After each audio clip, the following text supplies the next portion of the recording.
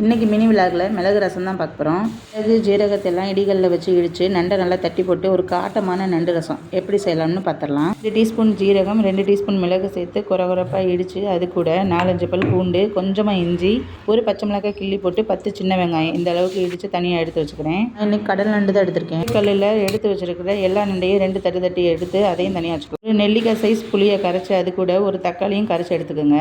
எண்ணெயில் கொஞ்சமாக சோம்பு, நறுக்கி வச்சுருக்க சின்ன வெங்காயம், கருவேப்பிலை போட்டு தாளித்து தட்டி வச்சுருக்கிற சின்ன வெங்காயம், பூண்டு, மிளகு சேர்த்து பச்சை வடை போகிற வரைக்கும் நல்லா வதக்கி விட்டுக்கோங்க. தீ வச்சுருக்க நண்டை ஆட் பண்ணிவிட்டு மஞ்சத்தூள்லாம் ஆட் பண்ணிக்கோங்க. சேர்த்து நல்லா ஒரு பரட்டி விட்டுட்டு புளியும் தக்காளியும் கரைச்சி வச்சுருக்கிறத சேர்த்து தேவையான அளவு கொஞ்சம் தண்ணி ஊற்றி உப்பு போட்டு நல்லா மிக்ஸ் பண்ணி மூடி வச்சுருங்க. நண்டு நல்லா வெந்து வந்துடும். தாராளமாக இடித்து வச்சுருக்கிற மிளகு ஜீரக பவுடரை ஆட் பண்ணிவிட்டு இப்படி அளவு கொத்தமல்லி இலையை தூவி இறக்குனிங்கன்னா என்னுடைய ஸ்டைலில் காரசாரமான நண்டு ரசம் ரெடி. வீடியோ பிடிச்சிருந்துச்சுன்னா லைக் பண்ணிட்டு சப்ஸ்கிரைப் பண்ணிக்கோங்க. அடுத்த மினி விலாகில் பார்க்கலாம். பாய்.